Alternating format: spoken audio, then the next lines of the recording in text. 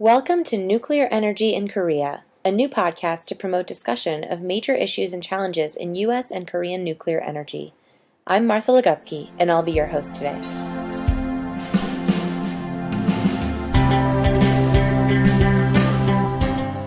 Well, I'm here with Dr. Charles Ferguson, the president of the Federation of American Scientists, and it's a great honor to be speaking with you this morning. Thank you so much for your time.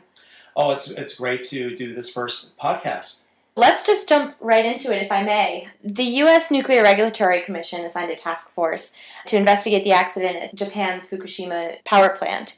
What did they discover about the plant there? Well, what they discovered, and I should first say that they were operating on the basis of information, data, just in the first few months. And they realized that more information is going to come out in the next several months, even a few years. Because if we look back to the 3 Mile Island accident in 1979 in Pennsylvania, it took a couple of years for a full assessment to be made. So with that in mind, with that caveat, this is really a preliminary assessment. So the task force report really looked at the ability of that nuclear plant to withstand 2 extraordinary natural disasters, a huge earthquake and a tsunami crashing within an hour after the earthquake happened.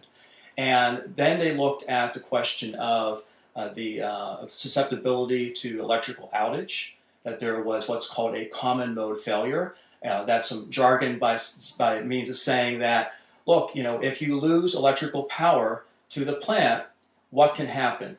Are there adequate safety features to keep the plant in a condition so there's not a release of radioactive materials? And if there is a release, can that be contained? Can that protect the public?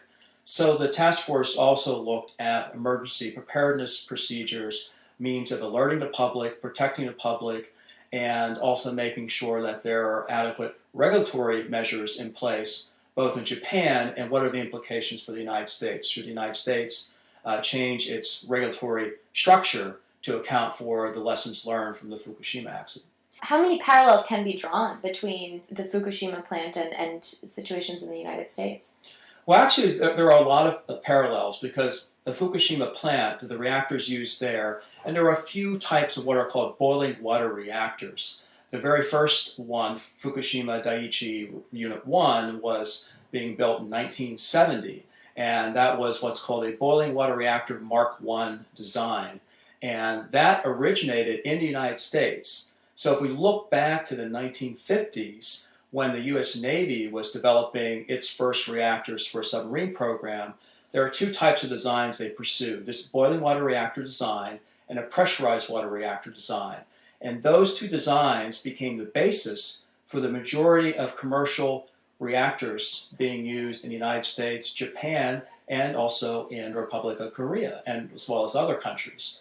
So with that in mind, there are a lot of parallels because the Fukushima plant's reactors were based on this U.S. design, and currently there are some 23 boiling water reactor Mark I, Mark II type designs operating in the United States. So that's over 20% of the U.S. reactors right now.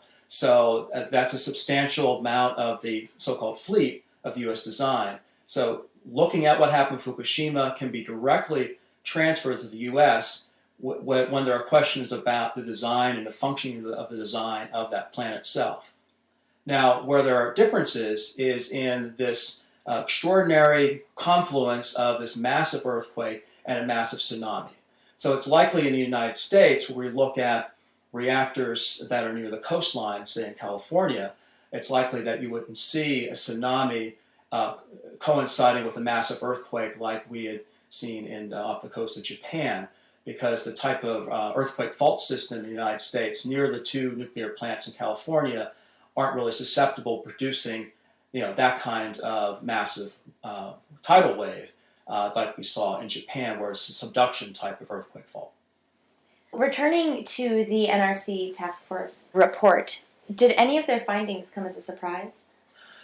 Not particularly. I think there was a very thorough assessment based on the information they had, and it really tried to home in on questions of mitigation of the accident once it occurred, also trying to home in on how the plants could be better ventilated to prevent this buildup of hydrogen gas. And it was the hydrogen gas that exploded in reactors 1, 2, and 3 in Fukushima Daiichi. And also reactor unit 4 also experienced an explosion.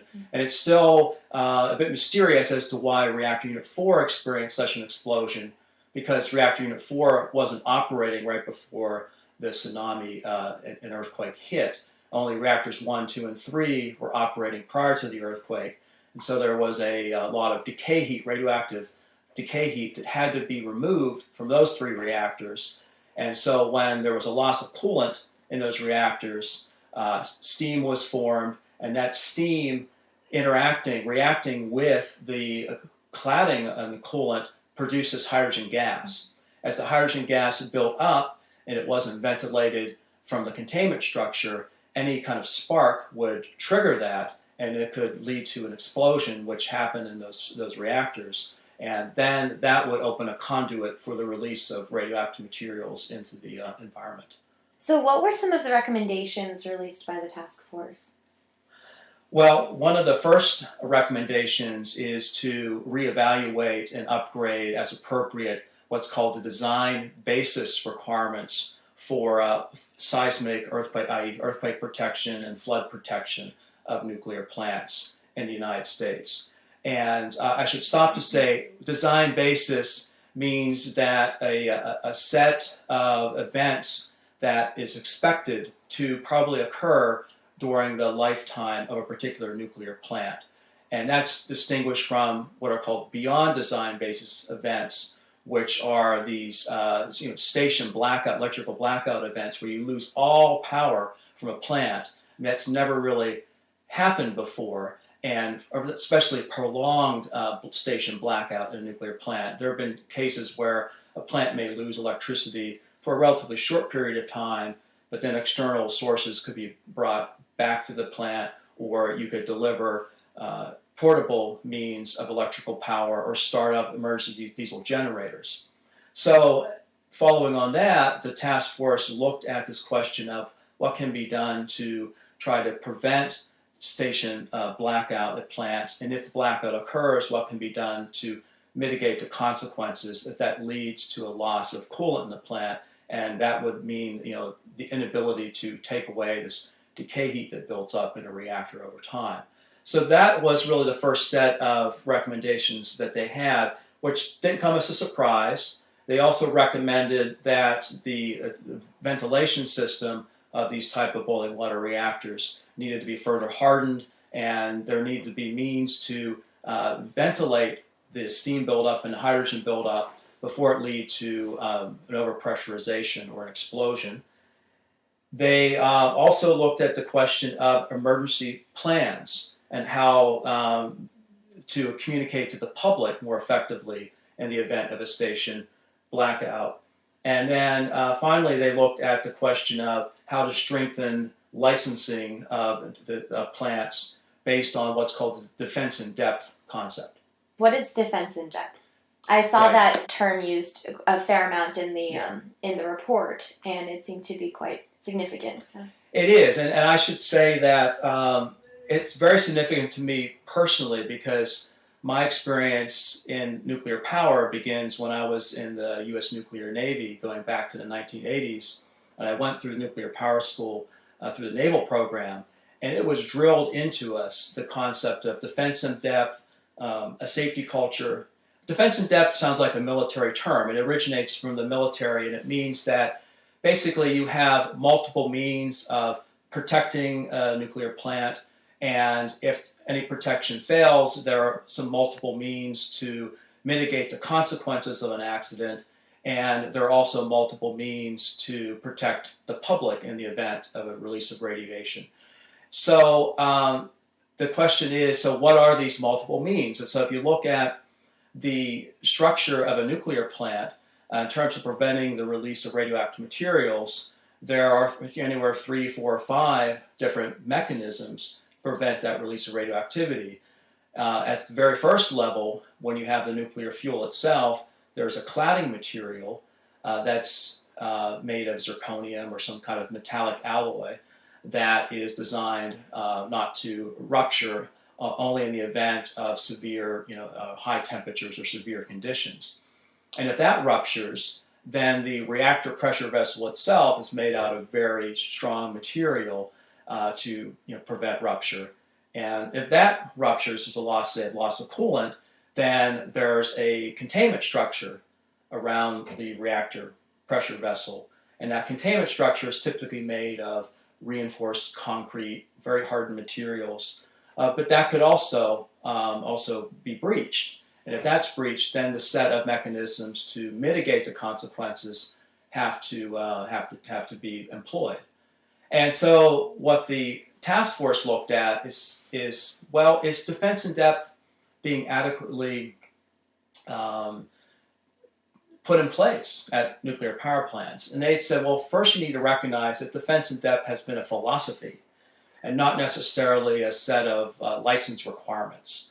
And so they looked at how that philosophy has developed over time, over the several decades of nuclear power plant use in the United States. They looked at the set of current regulations. They've looked at set of requirements. They've looked at guidelines that have developed after extraordinary events like the September 11th terrorist attacks or the concerns over truck bombings that happened in the 1990s, for instance. And what they realized was that from the perspective of the owners and operators of nuclear plants, things could look kind of inconsistent. So if you look at that whole system, they described it as a patchwork. So instead, what they were recommending was that attention needs to be placed on making sure there's consistency throughout all the guidance and information that's promulgated to licensees. But first and foremost, that defense in depth philosophy makes a lot of sense. There's a logical consistency to it, and they emphasize that should be further integrated within all the regulatory requirements. Is any of their investigation questioning the depth to which the defense actually reaches and maybe thinking about additional ways to bolster that? Or is it really just trying to streamline the existing defenses in place? The way I read it, I think it's both. I think they want to, we go back to specific recommendations they had in light of the Fukushima accident, especially dealing with station blackout, loss of electrical power. It's clear that what happened in Fukushima was a loss of defense in depth because too many aspects of the safety systems, too much of the equipment, the valves and the pumps, depended on that ability to have electrical power. And so instead, it would have been great to have manual operation, ability to open vents quickly to prevent the buildup of this overpressurization of steam and then the hydrogen buildup. So that indicated that defense in depth was not working properly at Fukushima, and that might happen at some of the U.S. nuclear plants with that design. So yes, in that first category, that's right. You need to look at whether defense in depth is really truly there of every single nuclear plant operating in the U.S. And then it's also true that it's a matter of streamlining regulations and making sure there's a consistency in the regulatory process, and that design philosophy of defense in depth is included throughout that process. In terms of the task force recommendations, is there any way for the U.S. to prioritize what it addresses first and how to accommodate those new recommendations by the task force? Yes, I think so, and I think it has to go multifold. I mean, in terms of prioritization, I think the criteria that makes sense to me is first look at those older plants that have that boiling water reactor Mark I, Mark II type designs. And as I said earlier, there are about 20-some of those types of plants. So those should be higher up on the list. And then the next criterion I think makes sense is look at, in terms of geography, the vulnerability to severe earthquakes, the vulnerability to an earthquake coupled with severe flooding, or this vulnerability to tornadoes or some kind of extraordinary natural event that could severely tax a plant and lead to loss of electrical power. So I'd like to return to the concept of defense in depth. How prominent a role has it played in the Nuclear Regulatory Commission's philosophy over time? Mm-hmm. Well, I think it has played a fairly significant role, and I think even going back to the 1970s when the Nuclear Regulatory Commission itself was being formed. And I think this is also an important lesson learned looking at what happened in Japan, and it's also an important lesson for Republic of Korea, and it's the role of the regulatory agency itself. Let's look briefly at the history of the U.S. regulatory system, how it developed. Going back to the 1950s, the very start of nuclear power in the United States, there was what was called the Atomic Energy Commission. And it had a dual role. It had the regulatory oversight role, and it had the role of promoting nuclear power. And, it could lead to conflicts of interest. So it was recognized for a long time that those two roles need to be separated. And by the time we got to the early 1970s, there was finally a requirement from U.S. Congress to form two separate agencies out of the Atomic Energy Commission. There was the Nuclear Regulatory Commission being formed, and its primary role, in fact, really its sole role, was about safety, making sure that it provided that strong, independent oversight.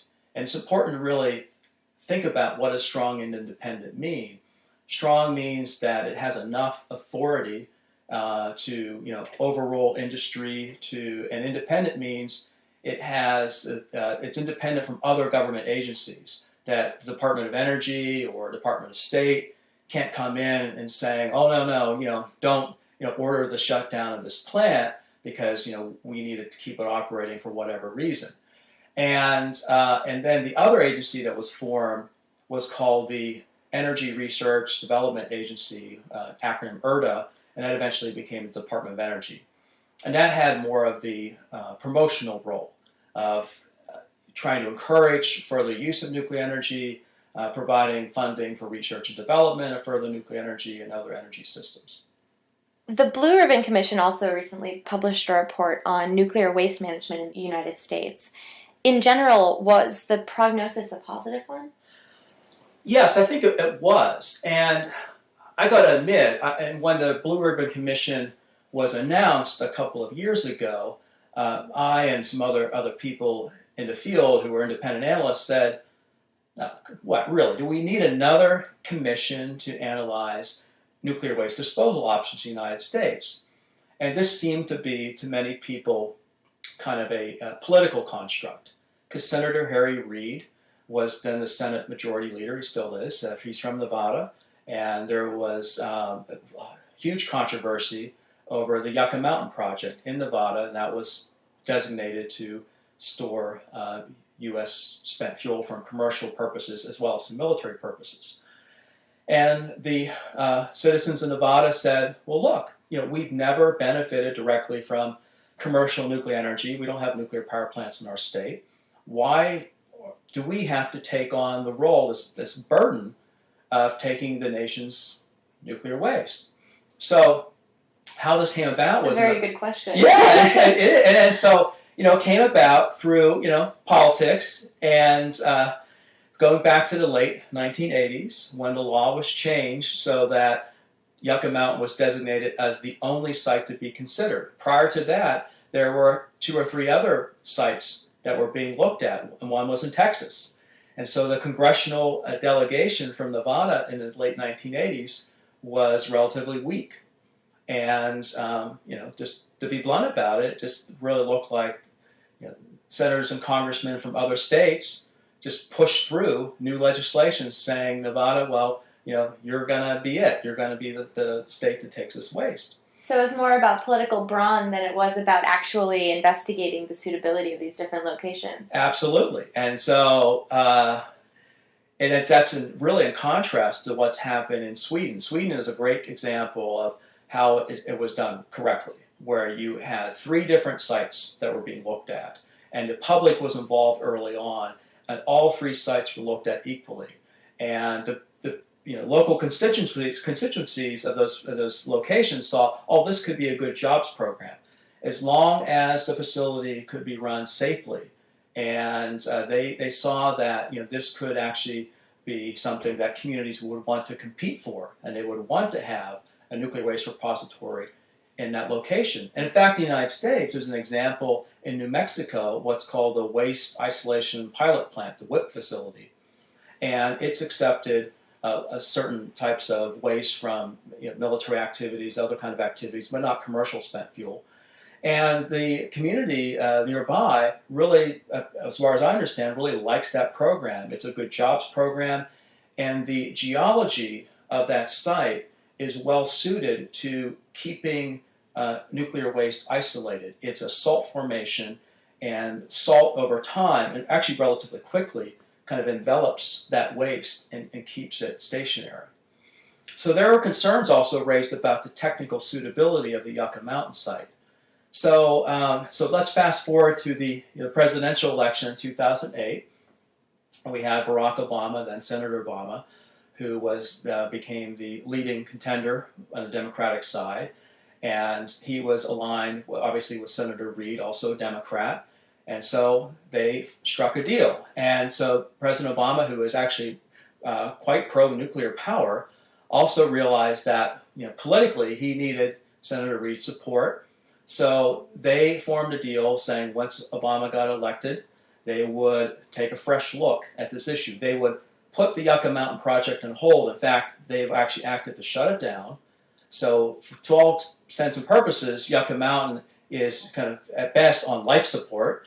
And so to buy some additional time to take a new look at this, they formed this Blue Ribbon Commission that began in early 2010.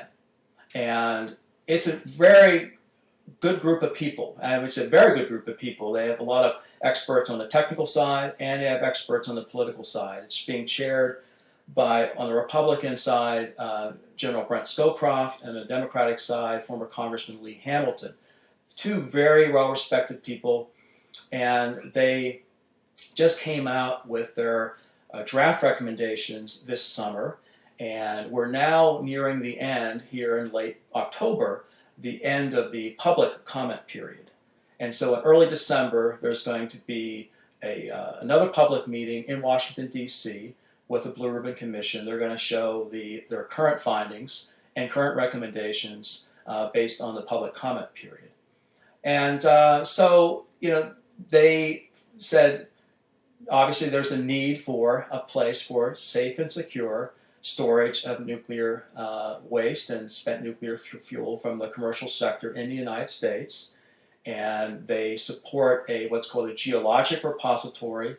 And they didn't specifically mention Yucca Mountain, but a place where you can keep that waste contained for a long period of time, probably 10,000 years or longer. And you need, once again, kind of defense in depth type of mechanisms. You need multiple barriers to prevent that radioactive materials from entering in the water supply or the food supply. So but those would have to be developed after they've already identified the location, because it seems like the defenses would have to be tailored to that location. Absolutely. And so that raises a very important point. That's going to take some time. It may take decades to really have those kinds of assurances and develop those means for the specific location they identify.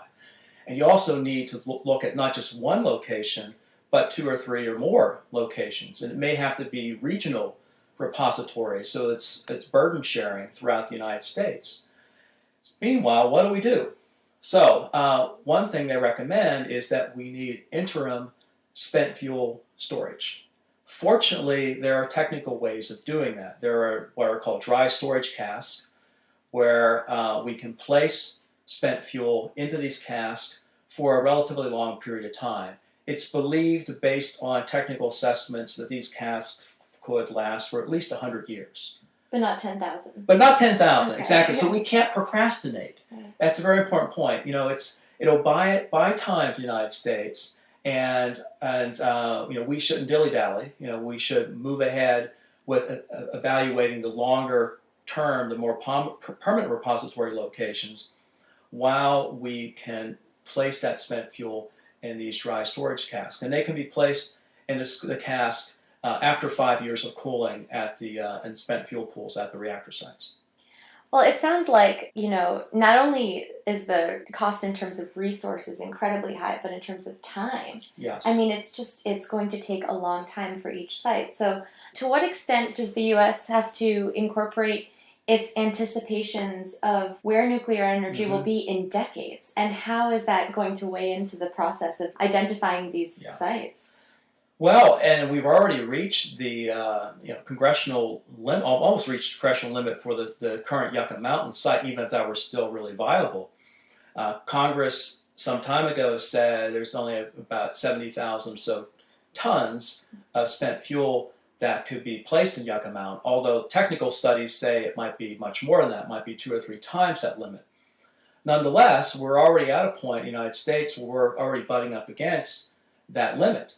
So we're going to need more than one permanent repository because nuclear power is going to be continuing to be used in the United States for some decades to come, even with the current existing fleet of about 104 reactors. And there may be more reactors being built, and so we have to take that into account as well.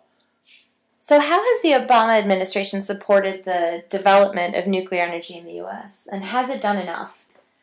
Well, despite coming from some criticism, especially during the presidential campaign, when there was a debate early on between Senator McCain on the Republican side and then Senator Obama. And at one point in one of the debates, Senator McCain pointed to Senator Obama and said, that one doesn't like reprocessing. So that's been a controversial issue. Reprocessing means taking spent nuclear fuel and extracting the plutonium in that fuel and recycling it into fresh fuel. And so that could be a means to reuse that material. Could it also diminish the waste? And also diminish the volume of the waste, but not necessarily the requirement to have a repository of a certain size, because the repository size really depends on the amount of heat given off from that waste. So plutonium is a relatively low radioactive material. The high radioactivity comes from what are called fission products, radioactive cesium, radioactive strontium, those kind of materials. And those things are going to remain very radioactive and give off a lot of heat for at least 200, 300 years after removal from a reactor. So reprocessing won't really save us much in terms of the size of the repository, but it can shrink the volume of the waste that needs to be stored longer term. And thinking about the recommendations that come out of the Blue Ribbon Commission, one of the very interesting set of recommendations is about the development of proliferation-resistant and other means to reduce the amount of waste that needs to be stored. Could we burn up the plutonium and uranium that are in spent fuel, as well as the other fissionable materials like curium and americium and neptunium, all these kinds of elements that a lot of people don't even think about, probably never even heard about, but these are things that will last for a long period of time. So if we can develop mechanisms to fission them in special types of reactors or using other types of technologies, we could further reduce that waste burden. So the Blue Ribbon Commission said, well, let's go ahead and recommend research, development, and demonstration of those kinds of technologies. And what's also interesting from the standpoint of countries like Japan and Korea is that the Blue Ribbon Commission strongly emphasized an international approach. There should be international cooperation in research and development and finding other mechanisms to deal with the nuclear waste disposal problem.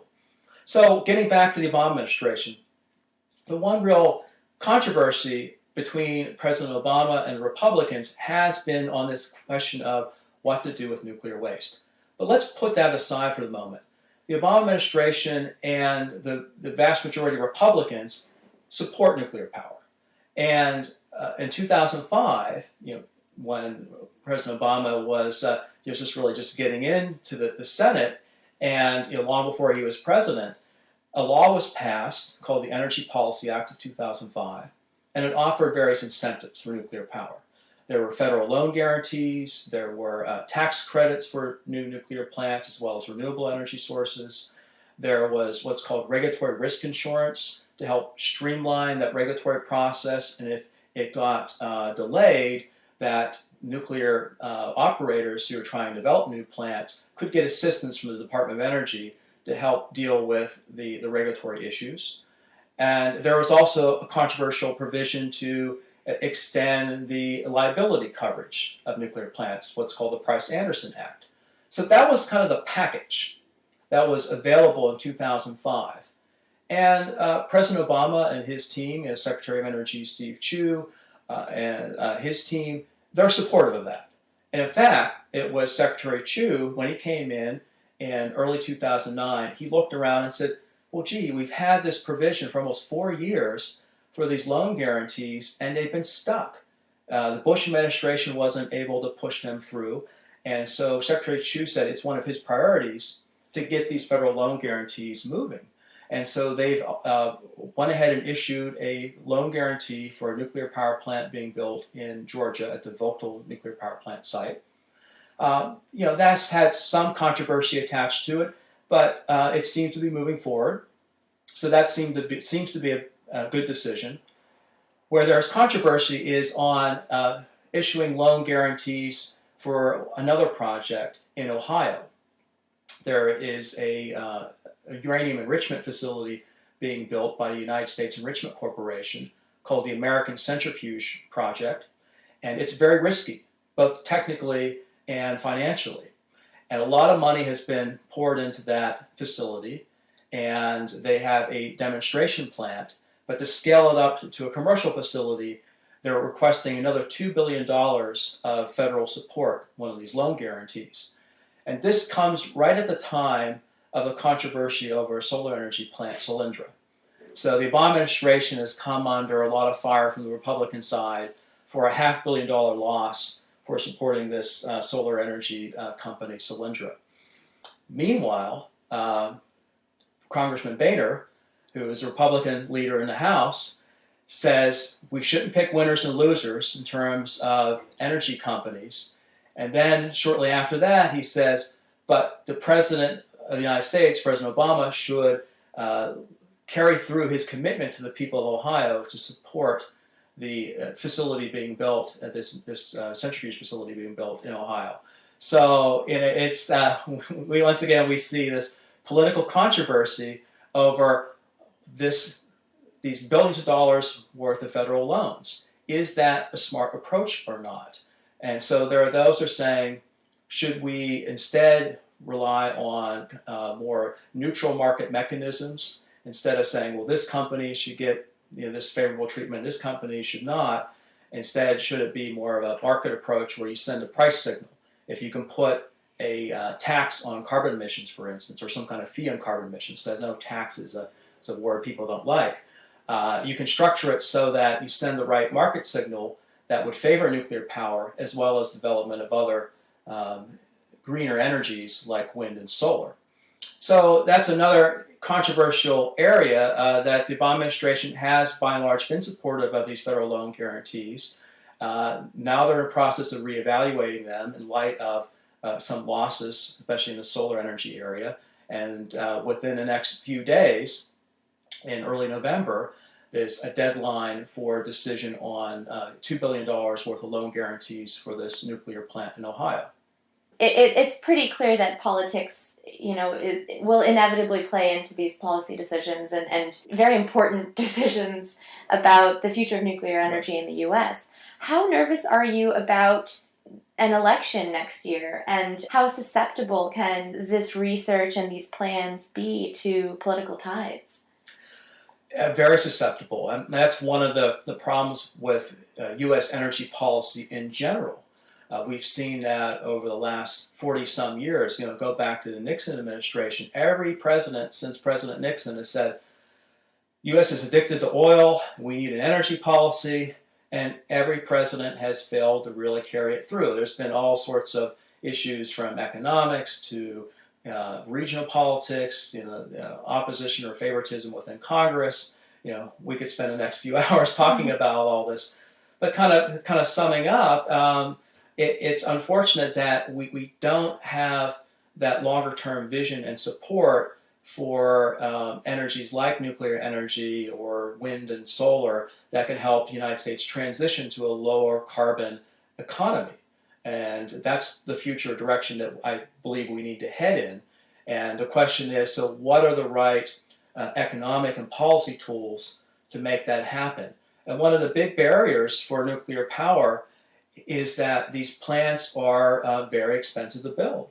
For a large 1,000 megawatt electric nuclear power plant in the United States, these plants could cost anywhere from $5-6 billion or higher, maybe $9 billion, depending on the financial risk attached to the project.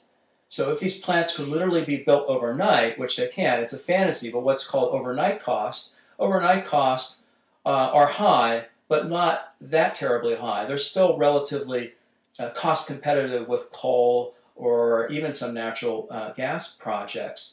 Well, natural gas is a different issue. Let me get to that in a moment. But in terms of competitiveness with coal, if even putting aside fees on carbon emissions, nuclear could be competitive with coal if I think nuclear had the means of support, a long-term support.